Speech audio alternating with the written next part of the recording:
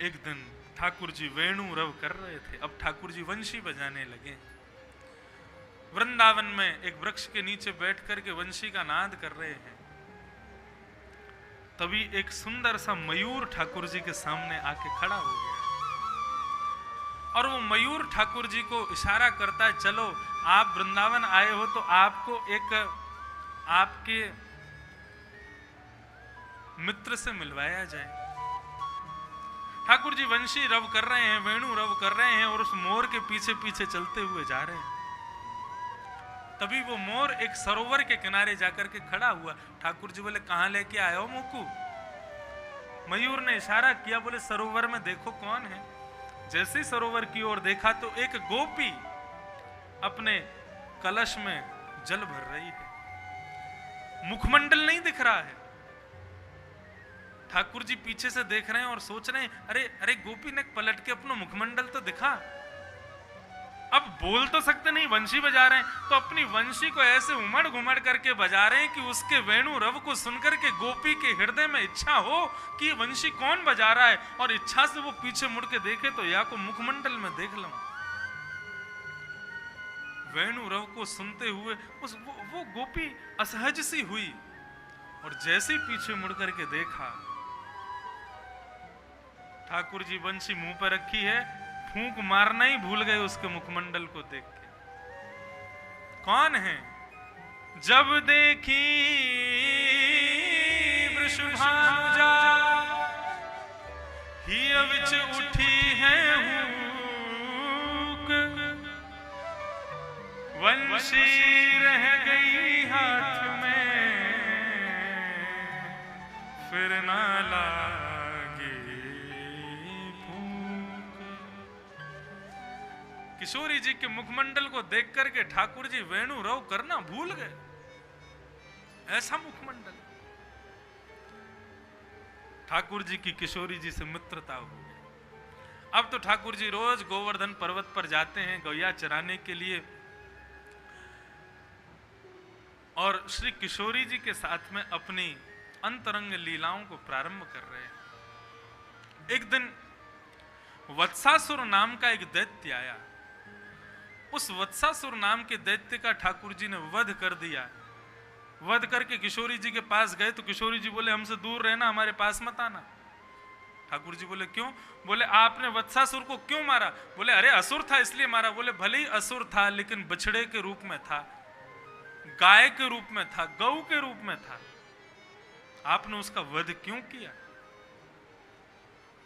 ठाकुर जी बोले, कैसे रीझोगे, कैसे मानोगे? बोले, नहीं रीझेंगे, नहीं मानेंगे, हम तुमसे मिलेंगे ही नहीं। किशोरी जी नाराज होकर के चली गई। ठाकुर जी वापस लौट के नंद भवन आए। आकर के भोजन में रुचि नहीं लग रही, दूध पीने में रुचि नहीं लग रही, रात्रि सोने में रुचि नहीं हो रही है।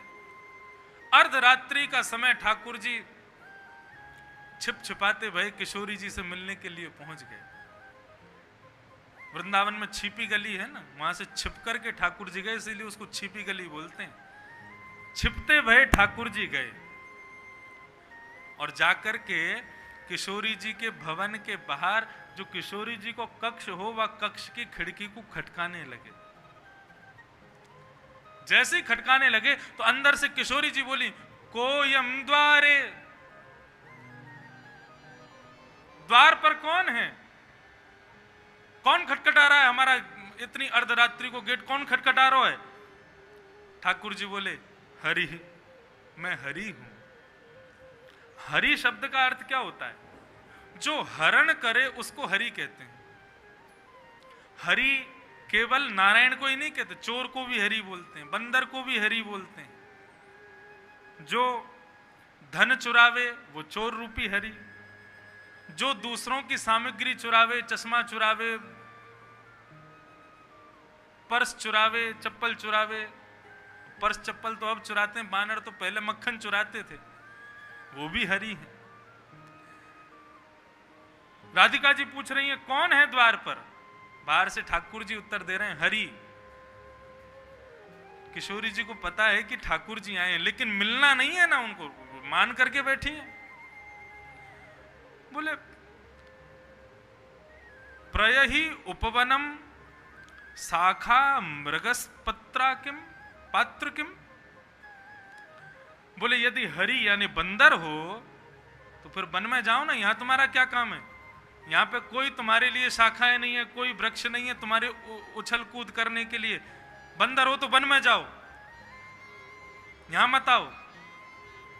ठाकुर जी भारी बार सोचने, अरे ये तो हमको बंदर समझ रहे हैं। ठाकुर जी बोलने लगे, बोले कृष्णोयम दैते। अरे दैते, अरे अरे सखी, अरे राधा, कृष्ण हूं मैं। और कृष्ण का अर्थ होता है काला। राधा रानी बोली, अच्छा तो काला बंदर है, काला बंदर आया है द्वार पर। बिभेमी नितराम कृष्णा अहम बानरा। राधा रानी कहने लगी, बोले बंदर से तो मैं डरती हूं और काले बंदर को तो मैं दिखती भी नहीं हूं, उससे तो बहुत डर लगता है मेरे को। काला बंदर आया है।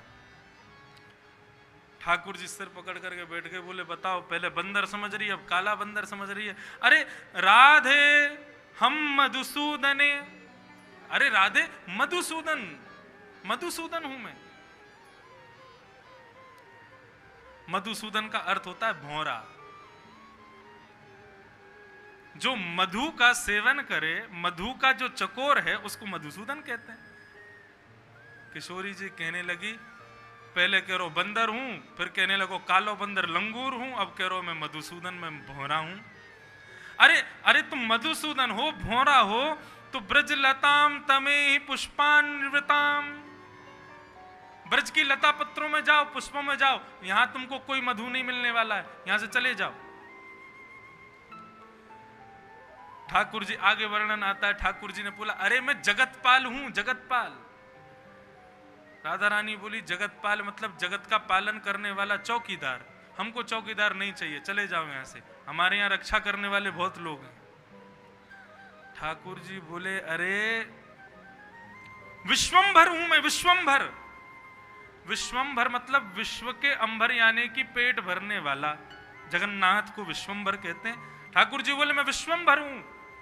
अच्छा विश्वंभर, विश्व का पेट तो हलवाई भरता है, हलवाई का यहाँ कोई काम नहीं है भैया, चले जाओ यहाँ से।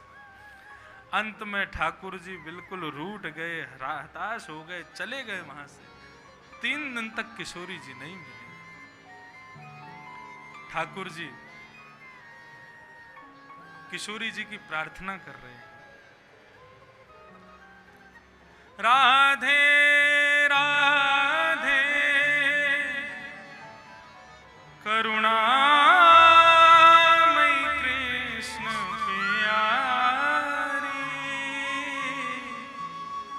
राधे राधे करुणामयी कृष्ण प्यारी। मेरी सुधली जो श्री वृषभानु दुलारी।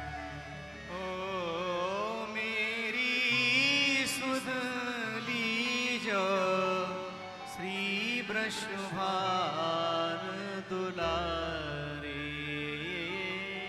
हे मनोहारिणी रासेश्वरी रस रूपा। हे रासेश्वरी रस रूपा। हे मनोहारिणी रासेश्वरी रस रूपा। हे मनोहारिणी रासेश्वरी रस रूपा। हे ब्रज विलासिनी ब्रजवासिनी ब्रज की भूपा। ओ ब्रज विलासिनी ब्रजवासिन ब्रज की भूपा। ललितादिक सहचरी सर्वत्र स्वरूपा। ललिता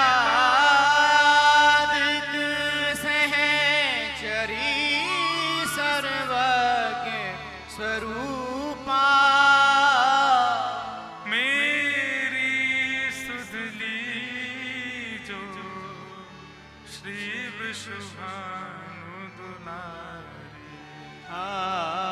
मेरी सुध लीजो श्री वृषभानु दुलारी। श्री राधे राधे करुणामयी कृष्ण प्यारी। राधे राधे करुणामयी कृष्ण प्यारी। मेरी सुध लीजो श्री वृषभानु दुलारी। ओ मेरी सुध लीजो श्री वृषभानु दुलारी। ठाकुर जी वह आतुर हो गए। जब किशोरी जी को पुकारने लगे तब ठाकुर जी के सन्मुख श्री किशोरी जी प्रकट हो गए और प्रकट होकर के कही, बोले लाल जी, हम बस आपसो इतनो कहनो चाहे, भले ही राक्षस के रूप में वत्स आयो, वत्सासुर आयो, लेकिन है वो गौ स्वरूप। अब आपको यदि हमारो सामीप्य चाहिए, हम दोनों संग में विहार करें, संग में रमण करें, तो वाके लिए अब आपको एक नवीन सरोवर को निर्माण करना पड़ेगा, वहां में स्नान करना पड़ेगा, तभी हम आपसे बात करेंगे। तब ठाकुर जी ने कृष्ण कुंड का निर्माण किया गोवर्धन में, उसमें स्नान किया। स्नान करके बाहर आए। किशोरी जी बोली, हमको आपकी बात पे विश्वास ना है, अब हम अपने हाथन से स्वयं एक सरोवर बनाएंगी। तब किशोरी जी ने राधा कुंड का निर्माण किया। बोले अब यहाँ में स्नान करो। ठाकुर जी ने उसमें स्नान किया। जैसे ही बाहर पधारे तब किशोरी जी ने अपना आलिंगन प्रदान किया। इस प्रकार की कथा हमारे ब्रज में कही जाती है श्री राधा कृष्ण मिलन की। ऐसी श्री किशोरी जी ठाकुर जी की ही आह्लादनी शक्ति। मैंने एक दिन कथा में बताया था कि राधा रानी कौन है।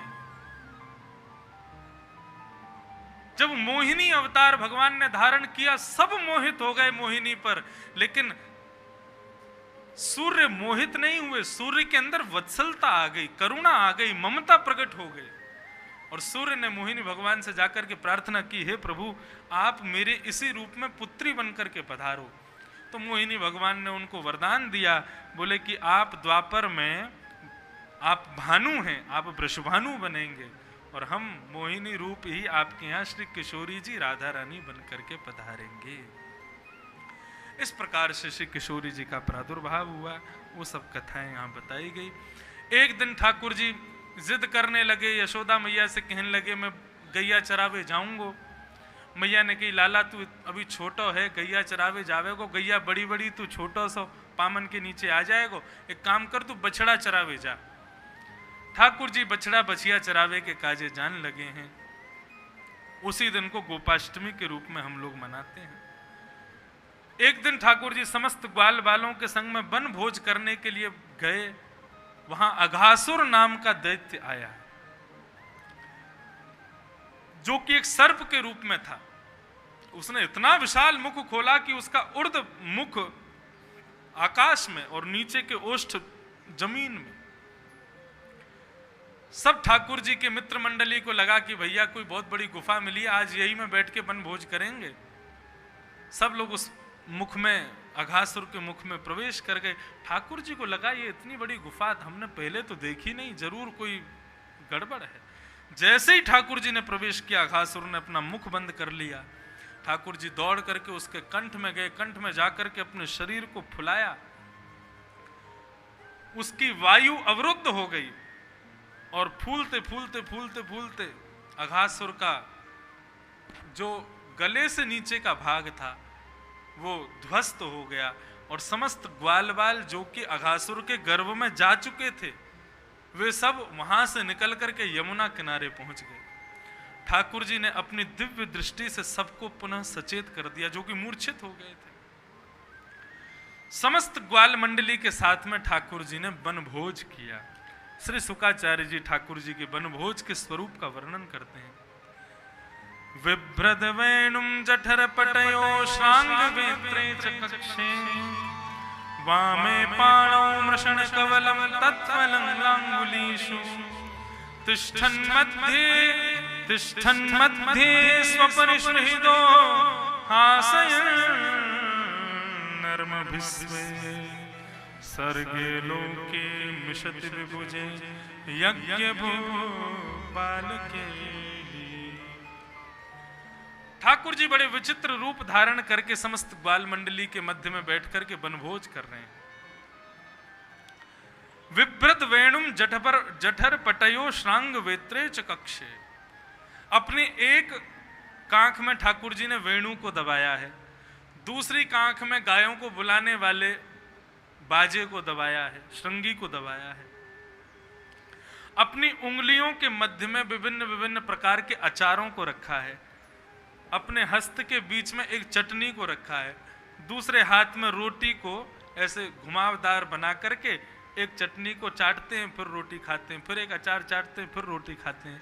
इस प्रकार से ठाकुर जी समस्त ग्वाल मंडलियों के संग में वनभोज कर रहे हैं।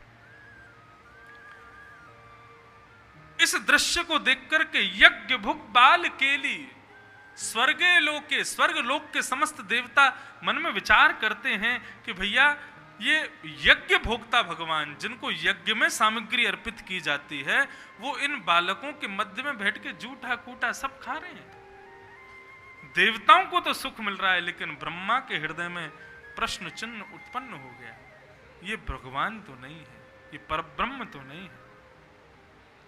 भगवान के प्रति संशय उत्पन्न हुआ और ब्रह्मा जी ने अपनी माया से समस्त भगवान के वत्स जो दूर चर रहे थे सबको हरण कर लिया।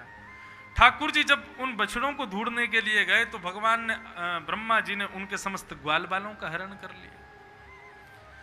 भगवान बोले किसने किया? बोले सर्वे विधिकृतम कृष्ण, ये सब ब्रह्मा ने किया है। ठाकुर जी बोले ठीक है ब्रह्मा, विधिकृत नाम है ब्रह्मा का। क्या नाम है? विधिकृत। उसका नाम विधिकृत क्यों है? क्योंकि ब्रह्मा की एक कमी है कि वो एक जैसी दूसरी वस्तु नहीं बना सकता। ये ब्रह्मा जी की कमी है, वो एक जैसी दूसरी वस्तु नहीं बना सकते। एक वृक्ष में अनेकों पत्ते हैं, एक डाल में अनेकों पत्ते हैं, उन अनेकों पत्तों में भी एक भी पत्ता दूसरे से समान नहीं होगा, सब अलग अलग होते हैं। जो घरों में जुड़वा बालक पैदा होते हैं वो भी कुछ ना कुछ उनमें अंतर तो होता ही है। ब्रह्मा की सबसे बड़ी कमी कि वो किसी को भी एक जैसा नहीं बना सकता। लेकिन भगवान बोले हम विधिकृत के पिताजी हैं, हम ब्रह्मा को भी बनाते हैं, हम में क्षमता है, हम एक जैसे दूसरे बना सकते हैं। क्या हुआ? बोले सर्वम विष्णुमयम गिरोंग वद जह सर्वस्वरूप। जितने भी ठाकुर जी के ग्वाल बाल थे सबका रूप ठाकुर जी ने धारण किया।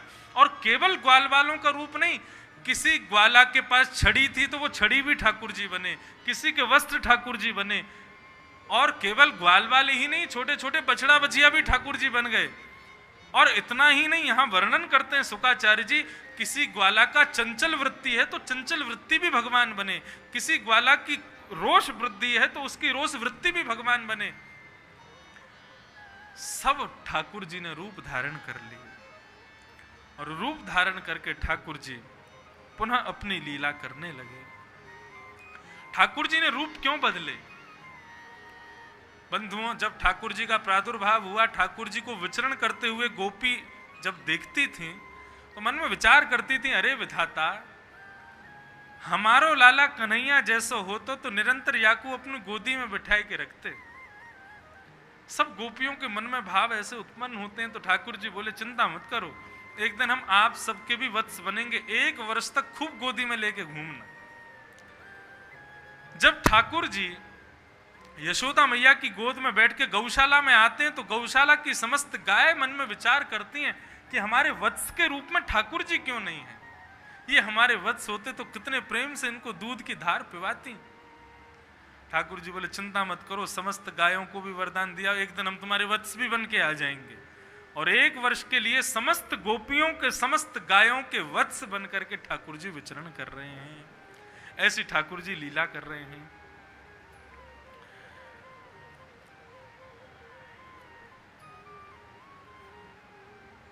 एक दिन बलराम जी ठाकुर जी के पास बैठे थे और बैठे बैठे लाल जी से कहते हैं, बोले लाला, कछु दिना से मुंह को ऐसा लग रहा है कि वृंदावन पे माया को प्रभाव है रोए का। ठाकुर जी बोले, क्यों, ऐसा क्यों लग रहा है आपको? बोले, देख भैया, नए नए बालकन को जन्म है गयो गैयान के, लेकिन ये फिर भी वही वत्स को दूध ज्यादा पिला में जो तेरे संग घूमे जामे। गोपीन के नए नए बालक है गए, वो तो पलना में झूलते रहे, लेकिन तेरे संग के सखा इतने बड़े बड़े है गए, गोपी उनको अपने गोद में लेके घूमे। ये गोपीन में, गायन में इतनो ममत्व जो अपने नवीन बालकन के प्रति होना चाहिए, वो नवीन की जगह उनके संग ज्यादा क्यों है जो तेरे संग रहे में। मुंह को ऐसा लगे वृंदावन पे कोई माया को प्रभाव है। ठाकुर जी बोले, अरे दाऊ दादा, एक बार फिरते देखियो सब लोगन को। दाऊ दादा नंद भवन से बाहर निकल करके गए, फिर से जाकर के देखा तो जिधर देख रहे हैं, जिस ग्वाला को देख रहे हैं, जिस वत्स को देख रहे हैं, जिस बचिया को देख रहे हैं, अरे और तो छोड़ो, किसी ग्वाला की छड़ी को देख रहे हैं, किसी ग्वाला की कमली को देख रहे हैं, सब में श्री कृष्ण का दिखाई दर्शन हो रहा है। सर्वम विष्णुमयम, सब ठाकुर जी के रूप में। ब्रह्मा जी बार बार ऊपर नीचे कंपेयर कर रहे थे, ये असली है कि वो असली है। जैसे ही ब्रह्मा जी नीचे आए देखने के लिए, तभी ठाकुर जी ने बलराम जी को अपना रूप दिखा दिया। तभी ब्रह्मा जी ने देखा, जिधर देख रहे हैं सर्वम विष्णुमयम। ब्रह्मा जी घबरा गए, रोने लगे, बोले अब मुझे कोई नहीं बचा सकता, अब मुझे ठाकुर जी नहीं छोड़ेंगे। ठाकुर जी ब्रह्मा का रूप धारण करके ब्रह्मलोक में पहुंच गए और वहां द्वारपालों से कह दिया, कोई ब्रह्मा आवे तो उसको भगा देना। तो असली ब्रह्मा पहुंचे तो द्वारपाल भगाने लगे। ब्रह्मा जी ने जाके कह दिया, बोले हाँ भैया, हम असली, नकली ब्रह्मा हैं, लेकिन असली ब्रह्मा का हमको दर्शन तो कराओ। ब्रह्मा जी के सन्मुख पहुंचे, ठाकुर जी के सन्मुख ब्रह्मा जी पहुंचे और ब्रह्मा जी ने जाकर के प्रणाम करते हुए, भागवत में वर्णन है, ब्रह्मा जी बहुत रोए, बहुत रोए। क्यों रोए? मैंने गलती की इसलिए रोए? बोले नहीं, जब ठाकुर जी को सब रूपों में देखा, उस रूप में देख करके ब्रह्मा जी कहीं देख रहे हैं कि ठाकुर जी एक वत्स के रूप में, जो यज्ञ भोक्ता भगवान है, वो कहीं कहीं भूसा भी खा रहे हैं, कहीं कहीं गोबर और गौमूत्र में ही लेटे भये हैं, कहीं कोई ग्वाला की छड़ी बनकर के कींच में भी चल रहे हैं। ये सब श्रम ठाकुर जी को किसकी वजह से सहना पड़ा? बोले ब्रह्मा की वजह से सहना पड़ा। इसलिए ब्रह्मा जी को हृदय में बहुत कष्ट हो रहा है, मेरी वजह से ठाकुर जी को इतना श्रम सहना पड़ा। ब्रह्मा जी ने ठाकुर जी की मंगलमयी स्तुति गाई। नौमिड्यते ब्रह्मपुषे टडिदंबराय गुंजावतं सपरिपृच्छल सन्मुखाय वन्यस्त्रजे कमलवेत्र विशाल वेणु लक्ष्मी श्रिये मधुपते पशुपांकजाय। ब्रह्मा जी ने स्तुति गाई। स्तुति में सबसे अद्भुत स्तुति है ब्रह्मा जी की। ब्रह्मा जी ने स्तुति गाई। स्तुति गाते हुए ठाकुर जी से प्रणाम करते हुए क्षमा मांगने लगे और बार बार कहने लगे, प्रभु तत्तेनुकंपां सुसमीक्षमाणं भुञ्जान एवात्मकृतं विपाकं हित्वा वपुर्विविदधन् नमस्ते जीवेतयो मुक्तिपदे सदाय भाव।